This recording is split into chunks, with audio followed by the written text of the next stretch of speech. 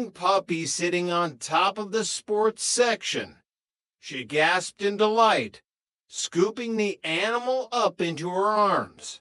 "Good morning, Chrissy," Helen called out, catching sight of the blonde girl peeking over the upstairs banister. "Is he darling?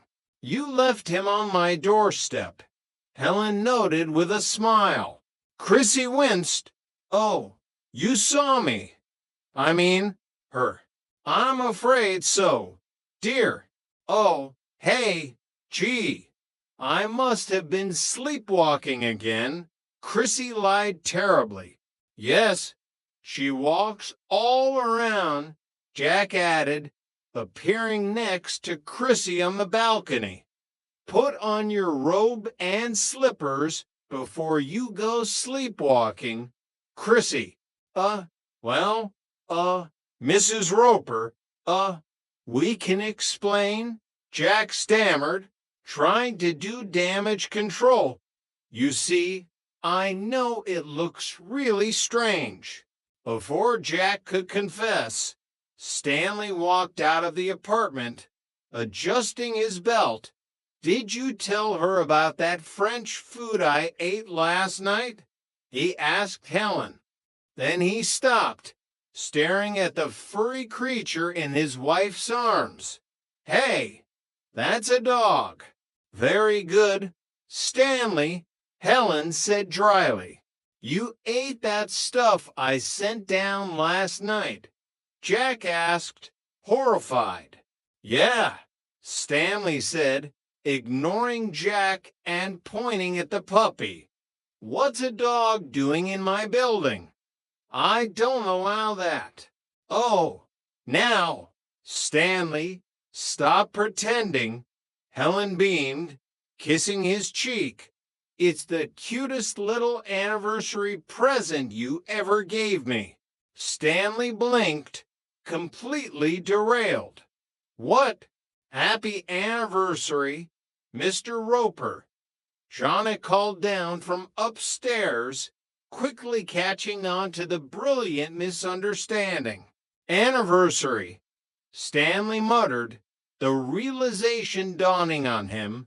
It was their 20th anniversary, and he had completely forgotten.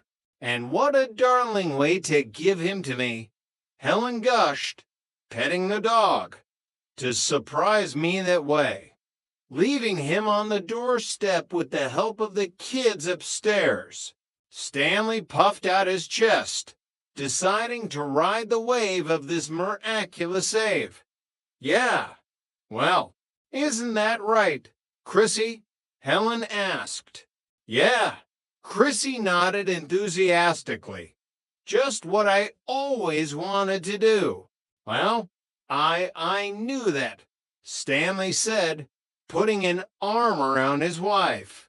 "Thank you, Stanley," Helen smiled, leaning into him. "Oh, I almost forgot the reason I came up here," Stanley said, looking back up at Jack. "About that French food that I ate last night." Jack grimaced, preparing to be yelled at. "Oh, I'm sorry. I thought I flushed that down the drain." "No, that was my wife's dinner," Stanley corrected him. "Your stuff was delicious. The jelly really made it." Jack and Jeanne exchanged a look of sheer, unadulterated horror. "Do me a favor, will you?" Stanley asked Jack, entirely serious. "Give my wife the recipe. I mean, the stuff she feeds me ain't fit for a dog." Book 3, The Steel Plate Hero. Chapter 11, The Upholstery Disaster. The sound of relentless hammering echoed through apartment 201, vibrating against the cheap plaster walls. Jack was on his hands and knees behind the faded living room couch, a mouthful of upholstery tacks precariously balanced on his tongue. swinging a hammer like a man possessed. Good, Jonna said, wiping her brow as she held the fabric taut. Yeah, that's the first nail I hit today that wasn't my own thumb. Okay, let's do the other end. Okay, Jack mumbled around the tacks. Now, we have to pull it really tight or else it won't hold the springs. Okay, Jonna instructed, taking her position on the opposite side of the sofa. Give a heave. Jack gripped the floral fabric and pulled with all his might. Jonna yanked from her side. The fabric groaned, stretched, and then suddenly, with a loud rip, gave way entirely. Jack tumbled backward, landing flat on his back on the carpet. Jonna peered over the top of the sofa, hands on her hips, lying down on the job again. The moment my back is turned, the workers start goofing off. Jack spat the tacks into his palm and sat up, rubbing his elbow. Where have you been? You were supposed to help us fix this couch an hour ago instead of out riding your bike. I was doing it for you. Jack defended himself, scrambling to his feet. For us. Well, sure, I gotta keep in shape, don't I? To protect you, too. Old watchdog Jack, that's me.